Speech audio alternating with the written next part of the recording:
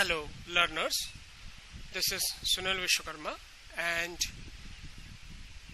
today's topic is working with pivot underscore table function in Python pandas. Well students or say learners, this is my second video on pivot underscore table function.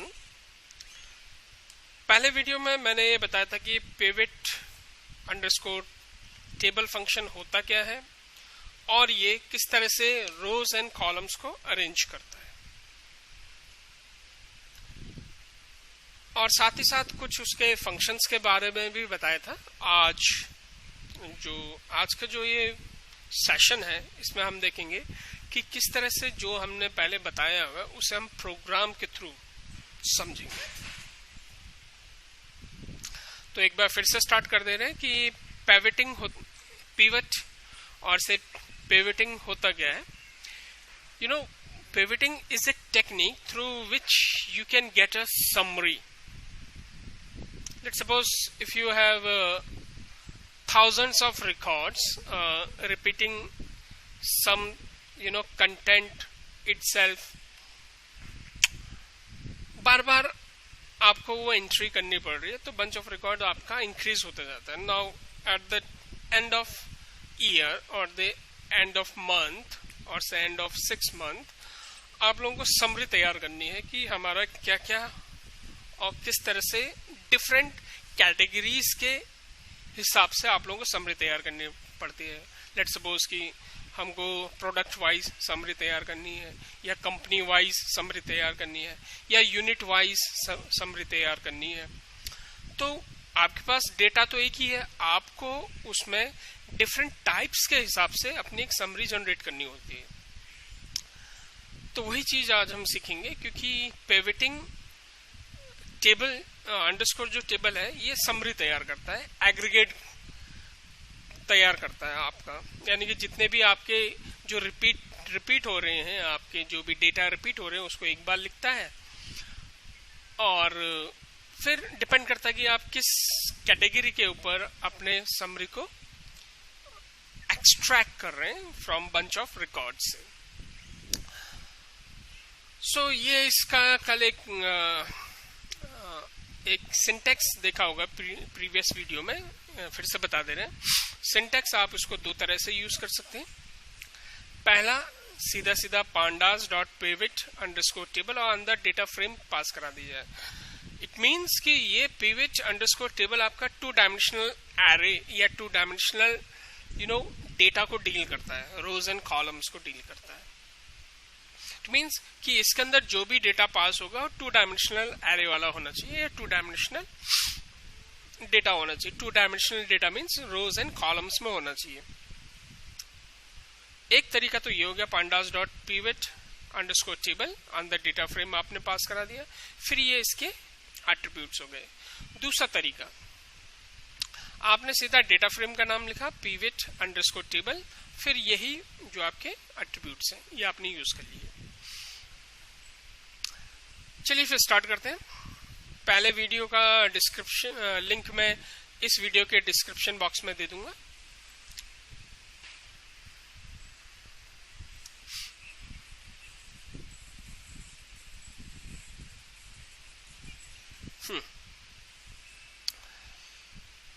आइए फिर start करते हैं। उसका समझते हैं कि हम कैसे कैसे क्या क्या कर रहे हैं।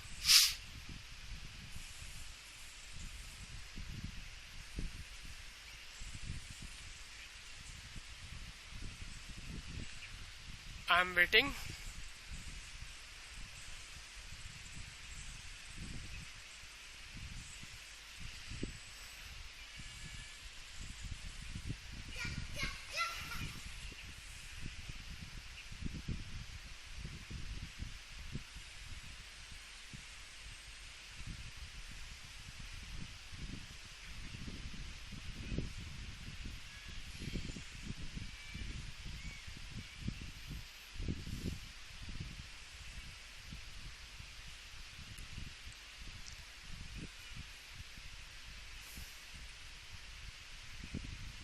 दो ओपन हो गए, देखिए।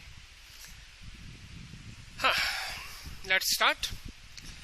File, new. क्योंकि पांडास की बात हो रही तो सबसे पहला काम आप फाइल को इंपोर्ट करेंगे. पांडास फाइल को import PANDAS pandas as PD. Generally हम PD लिखते हैं.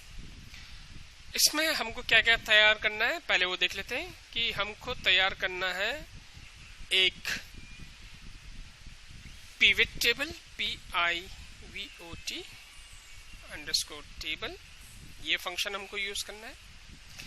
इस फंक्शन के अंदर क्या जाता है ये देख लेते हैं. ये फंक्शन होल्ड करता है आपका डेटा फ्रेम और 2D डेटा. इट मींस कि सबसे पहले आपको डेटा फ्रेम क्रिएट करना होगा. और जब हम डेटा फ्रेम क्रिएट करते हैं तो हमको डेटा फ्रेम क्रिएट करने के लिए डिक्शनरी क्रिएट करनी होती है.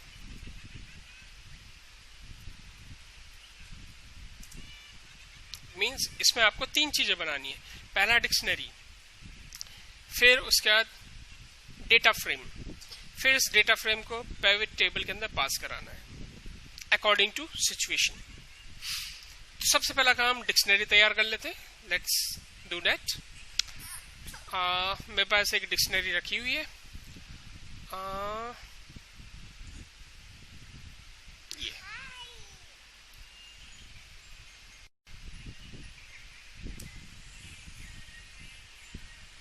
ये देखिए, ये डिक्शनरी है मेरी. इस डिक्शनरी को अगर हम देखें सिंपली, इसको अगर हम प्रिंट कराएं, प्रिंट PID,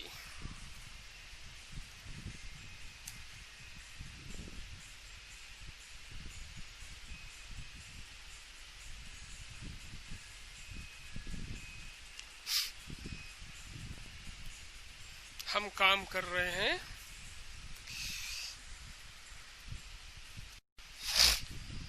आपके डेटा फ्रेम के ऊपर. Data frame for STUDENT students.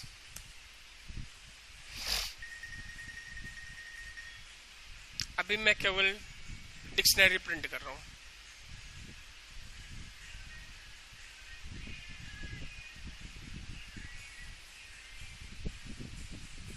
Dictionary आपका 2 डायमेंशनल भी होता है और सिंगल डायमेंशनल भी होता है, जबकि डेटा फ्रेम हमेशा 2 डायमेंशनल होगा.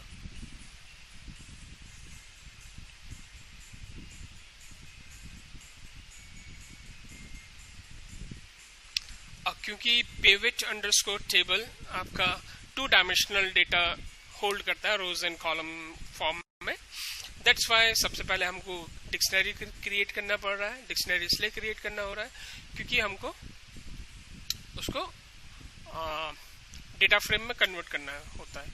ये आपका डिक्शनरी का फॉर्म हो गया. अब इसका अगर हम बनाएं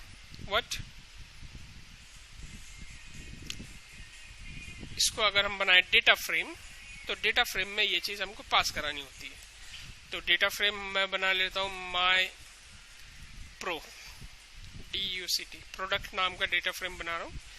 PD डॉट, क्योंकि ये पांडास का मेथड होता है data frame, data FRAME frame, और इसके अंदर पास करा दिया ये PID. अब मैं इस डेटा फ्रेम को प्रिंट करा दे रहा हूं. प्रिंट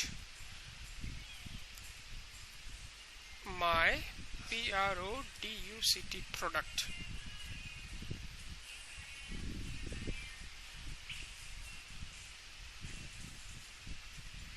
अब देखते हैं इसका आंसर, डेटा फ्रेम का answer.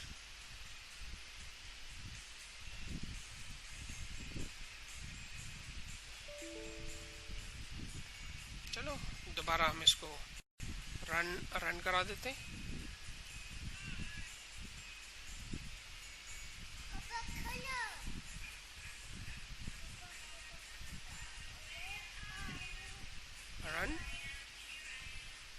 run module. What happened?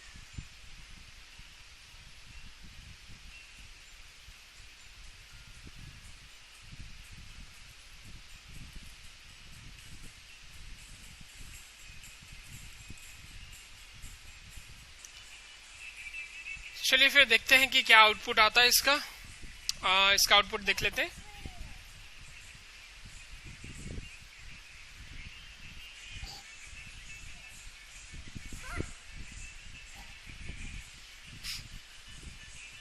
ये डेटा फ्रेम आ गया। लेट्स सपोज कि अब हमें तैयार करना है एक समरी या रिपोर्ट। लेट्स सपोज कि हमें तैयार करनी है report on the basis product name. Product name के हिसाब से हमें रिपोर्ट तैयार करनी है।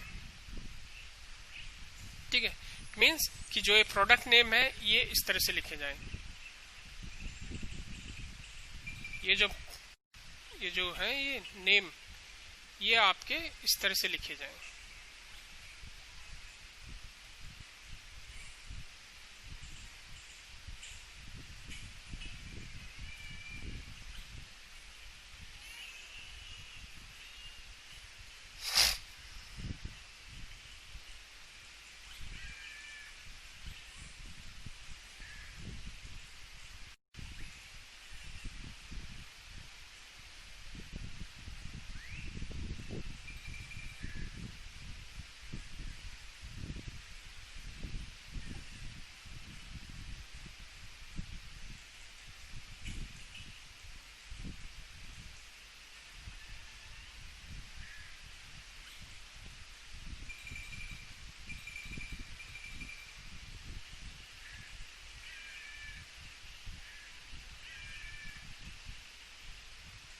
ये ऐसे लिख के आ जाए। और जो ये मदरबोर्ड है ये एक ही बार लिखा हुआ आना चाहिए।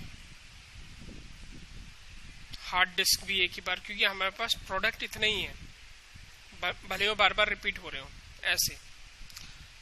और उसके बाद हर प्रोडक्ट का आपके पास यूनिट प्राइस और क्वांटिटी ये आ जानी चाहिए। यानी कि यहां पे यूनिट प्राइस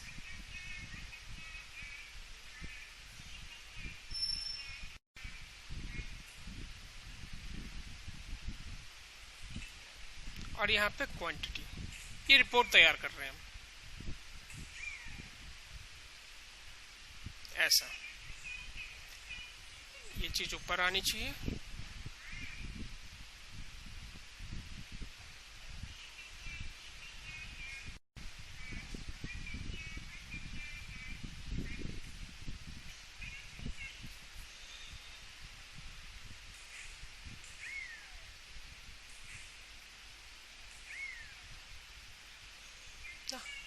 इस तरह से ये रिपोर्ट तैयार होनी चाहिए।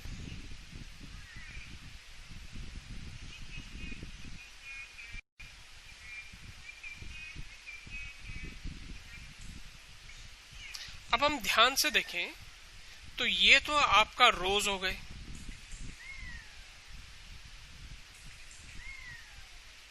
और ये आपके कॉलम्स हो गए।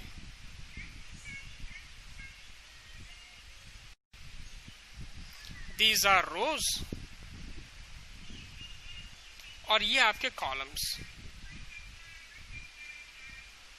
और जो इसके अंदर ये वैल्यूज रखी जाएगी ये इसका डेटा हो गया। लेट्स सपोज मदरबोर्ड, और एक मदरबोर्ड यहाँ पे भी है। ये मदरबोर्ड, ये मदरबोर्ड ना।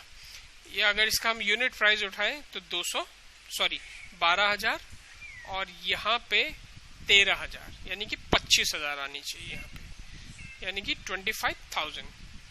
बट ये क्या करता है, ये बाय डिफॉल्ट मीन निकालता है। Mean means average. तो इसको अगर हम 2 से डिवाइड कर दें तो ये आता है 12,500। तो यहां पे आ जाएगा 12,500 मदरबोर्ड। उस तरह से फिर आता हार्ड डिस्क। हार्ड डिस्क 2 बार है, तो उसी तरह से 6,500 और 8,800 का मीन यहाँ पे आ जाएगा। उसी तरह से क्वांटिटी के भी मीन यहाँ से आ जाएंगे।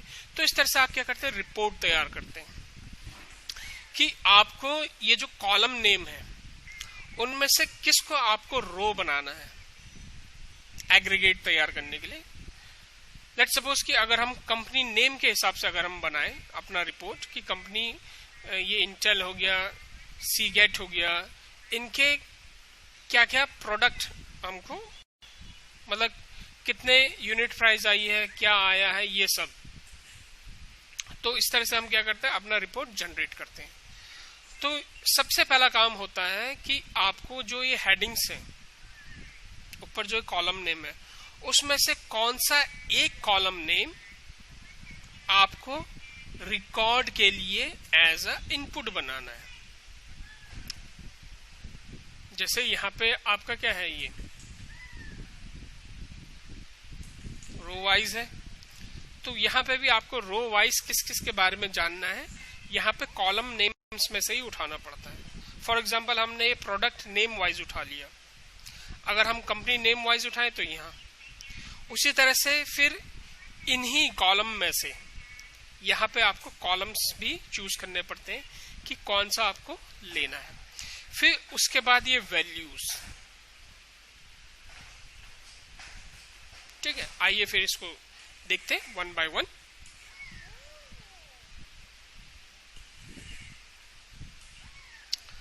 तो सबसे पहला काम मेरा है रिपोर्ट तैयार करना। अब print REPORT report on the basis of product name PRODUCT product name के ऊपर मैं रिपोर्ट तैयार करता हूं। तो as per the syntax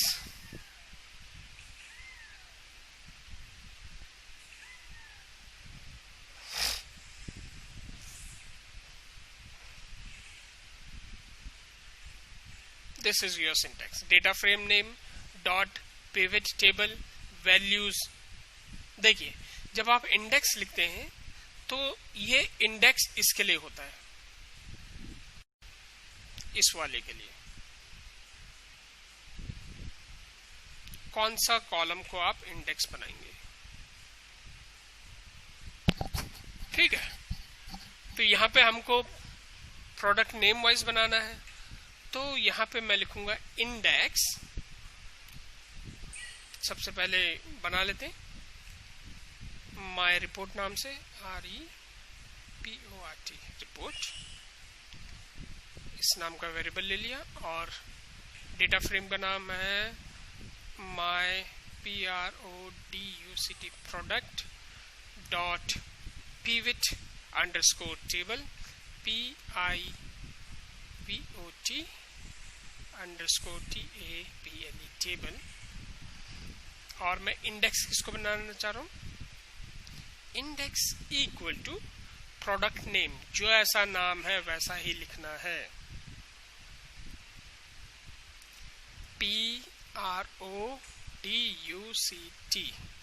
product underscore NAME name.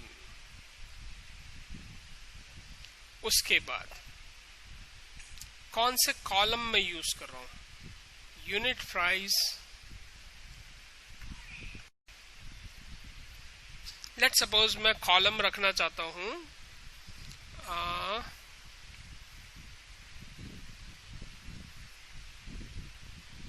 Company name के हिसाब से, और उनका मैं चेक करना चाहता हूं यूनिट प्राइस, कंपनी नेम के हिसाब से उनका यूनिट प्राइस, ठीक है। चलिए तो कॉलम में रखूंगा COLUMNS columns equal to company name COMPANY company underscore NAME name. अब मैं इनका क्या चेक करना चाह रहा हूं, अब मैं इनका चेक करना चाह रहा हूं यूनिट प्राइस यानी कि वैल्यूज और से वैल्यू,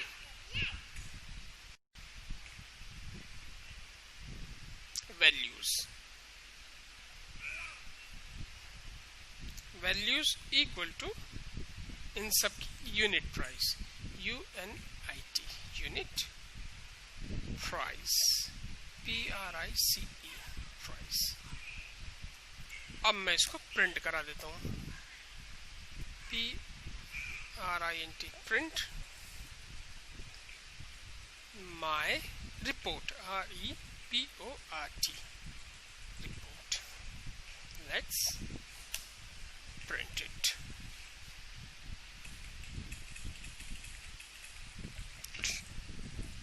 ऊपर वाला मत देखिए, यहाँ पे ये रीड कर रहा है, ये देखिए आ गया रिपोर्ट।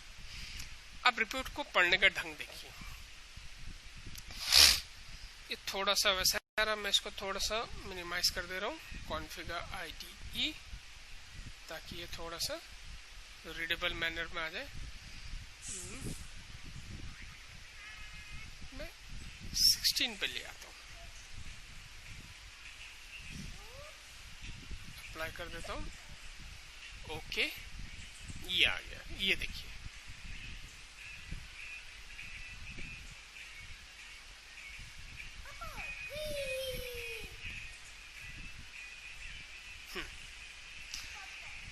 इसको ध्यान से देखिए कि प्रोडक्ट नेम और कंपनी नेम, ये देखिए ये दो एक साथ लिखें, ये प्रोडक्ट नेम के नीचे प्रोडक्ट नेम आ गया, कंपनी नेम के आगे कंपनीज आ गई। अब देखिए इन सब का हमने यूनिट प्राइस मांगा है। हार्ड डिस्क AMD का नहीं है हमारे पास, हार्ड डिस्क AMD का नहीं है क्योंकि यहाँ पे 9 दिखा रहा है। उसके बाद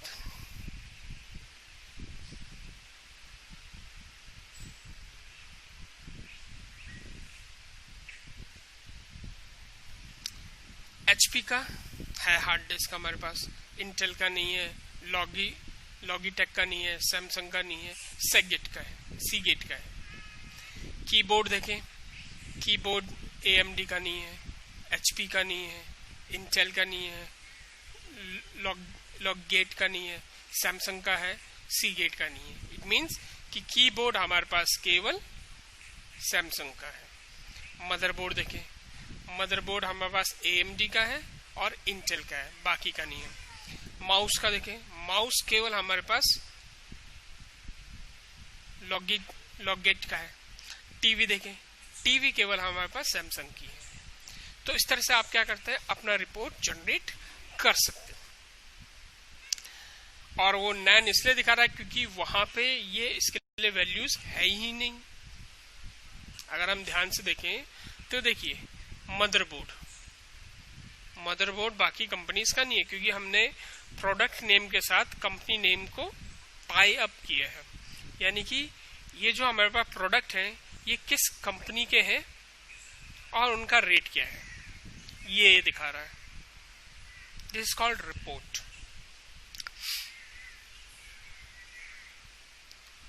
अब ये हो गई एक तरह की रिपोर्ट। अब दूसरे तरह की रिपोर्ट देखते हैं कि जिसमें आपको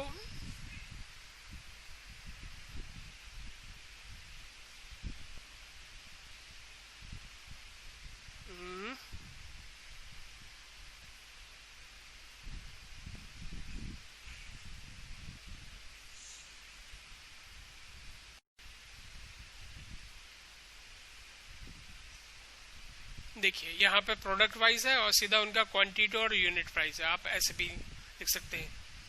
इसके लिए देख लेते हैं कि यूनिट प्राइस और क्वांटिटी।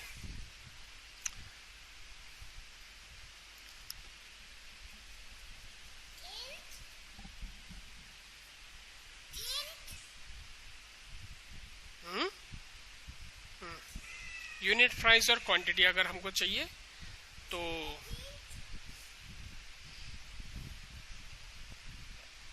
अब प्रिंट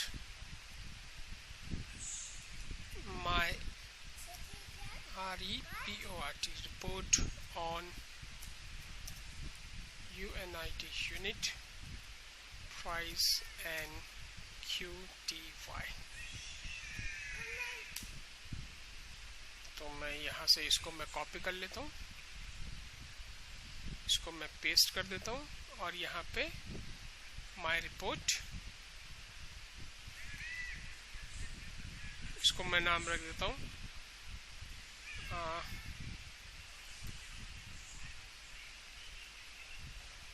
प्राइस अंडरस्कोर QTY इस नाम से। इंडेक्स मेरे प्रोडक्ट नेम ही रहेंगे, क्योंकि यहाँ पे अब मुझे कोई कॉलम नहीं लेने, तो यहाँ पे मैं कॉलम सेक्शन हटा दूंगा। याद रखिए कि वैल्यूज आपकी हमेशा इंटीजर वाली होनी चाहिए। अगर वैल्यूज के उधर पे आपने ऐसे कॉलम का नाम लिख दिया जिसमें आपके ये सब है, क्या बोलते हैं, कैरेक्टर्स हैं, तो ये ट्रीट नहीं करेगा। लेट्स सपोज यहाँ पे मुझे चाहिए 2 चाहिए, अब यूनिट प्राइस चाहिए और उसका क्वांटिटी चाहिए, QUANTITY क्वांटिटी चाहिए। तो मैं उसे लिस्ट फॉर्म में पास करा दूंगा और इसे प्रिंट करा दूंगा। सॉरी, अभी प्रिंट नहीं हुआ है,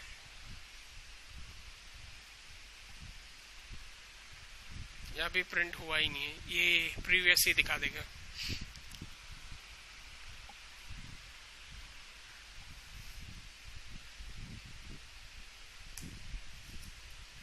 प्रिंट PRIC प्राइस QTY, क्योंकि अब मैंने कोई भी कॉलम का नाम नहीं लिया।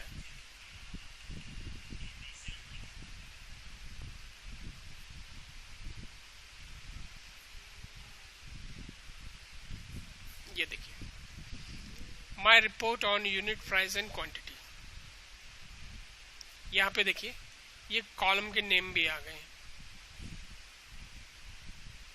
पर यहाँ पे हमारा केवल इंडेक्स नेम आए, कॉलम नेम नहीं आए।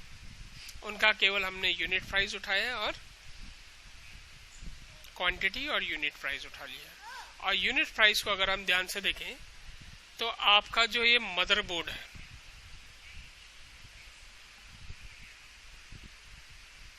देखिए मदरबोर्ड 12,000, मदरबोर्ड 13,000। बट जैसा कि मैंने बोला है कि बाय डिफॉल्ट क्या लेते हैं, मीन लेते हैं, क्योंकि ये 2 बार आया है। मदरबोर्ड आपका 2 बार आया है, तो 12,000 एंड 13,000 कितना हो गया, 25,000। और 25,000 को अगर हम डिवाइड करें तो ये 12,500 आता है, जो कि आपका ये 12,500 आ गया। उस तरह से अगर हम हार्ड डिस्क की बात करें 155, तो हार्ड डिस्क अगर हम देखें तो हार्ड डिस्क हमारे पास एक ये सबसे पहले आपका क्वांटिटी आया ना, तो क्वांटिटी ये है 130 और हार्ड डिस्क ऊपर से 180। 130 और 180 काउंट करो, 130 एंड 180, 130 180,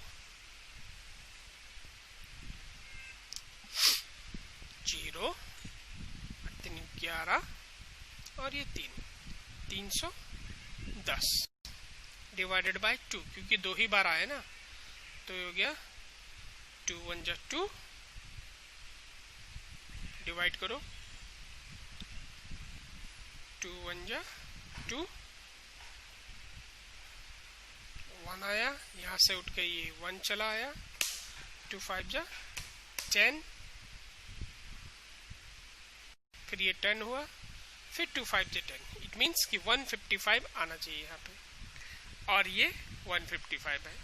तो ये एवरेज लेता है, बाय डिफॉल्ट एवरेज लेता है। इसको अगर हमें चेंज करना है तो फिर हमारे पास एक नेक्स्ट फंक्शन है, that is called agg function. Check change करके देखते हैं एग फंक्शन।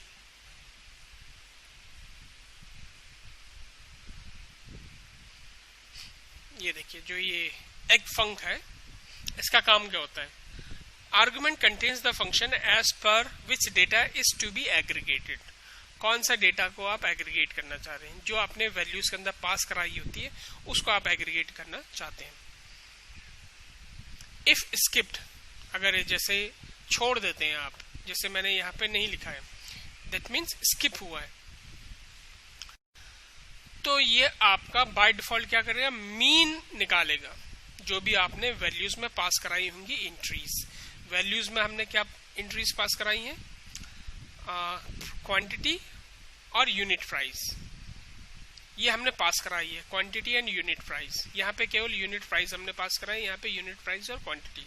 जो भी आप वैल्यूज के अंदर पास कराएंगे, और एग फंक्शन का आपने अगर अप्लाई नहीं किया होगा तो मीन निकाल के देगा वो। अदरवाइज जो भी आप एग फंक्शन के अंदर पास कराएंगे वो निकाल के देगा। और इसकी पॉसिबल वैल्यूज है मिन, max, mode, median and count, और इटसेल्फ मीन भी लिखेंगे तब भी वही आंसर देगा। मीन्स कि एग फंक्शन इक्वल टू आप मिन लिख सकते हैं, मैक्स लिख सकते हैं, मोड लिख सकते हैं, मीडियन लिख सकते हैं, और इवन सम भी है। लेट्स डू दैट, सम करके देखते हैं इन सबका हम। तो मैं लिखता हूं comma AGG FUNC func equal to SUM sum. Let's do that.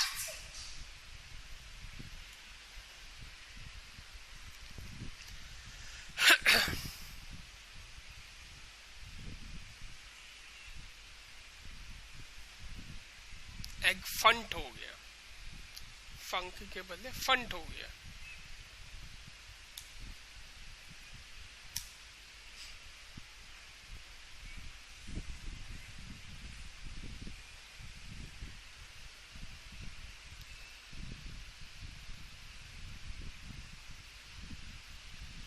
ये देखिए अब यहाँ पे 310 आ गया क्योंकि हमने सम फंक्शन चलाया है। स्टार्ट करें, देखिए हार्ड डिस्क अगर हम देखें तो यहाँ पे 130 है, और ये हार्ड डिस्क यहाँ पे 180 है। तो 130 और 180 310। ये देखिए मदरबोर्ड 13 और 12 25, एक और 25 आया है। ये माउस भी 25 आया। माउस का देखें, माउस एक ये 25, यूनिट प्राइस की बात कर रहे हैं, हाँ एक ही बार माउस तो है इसलिए 25 आया है। अगर एक बार है तब भी उसके हिसाब से, क्योंकि दूसरा है ही नहीं। सम में अगर एक ही क्वांटिटी तो वो एक ही लौटाएगा, अगर दो है तो उनका सम फंक्शन करके दे देगा। तो इस तरह से आप इसके अंदर जो भी आप कुछ पास कराएंगे वो आपको आएगा नजर। ठीक है, तो ये हो गया आपका aggregate function, sorry pivot underscore table function, जिसके थ्रू आप क्या करते हैं, आप रिपोर्ट तैयार करते हैं। रिपोर्ट इन द सेंस कि आप जो भी रिपोर्ट तैयार करें सबसे पहले इन 3 चीज का ध्यान रखें। इंडेक्स यानी कि जो आपके ये रो के लिए तैयार होंगे, कॉलम्स यानी कि इन्हीं में से जिसे आप कॉलम तैयार कर रहे हैं। फॉर एग्जांपल ये हमारा आउटपुट है, लेट्स सपोज ये। तो सबसे पहले हमारे प्रोडक्ट नेम आ गए इंडेक्स के लिए, फिर कॉलम्स के लिए कॉलम नेम आ गए, फिर आपको कौन सी वैल्यू पास करानी है। लेट्स सपोज यूनिट प्राइस है कि क्वांटिटी है। हमारे यहाँ पे वैल्यूज के लिए केवल ये 2 ही है।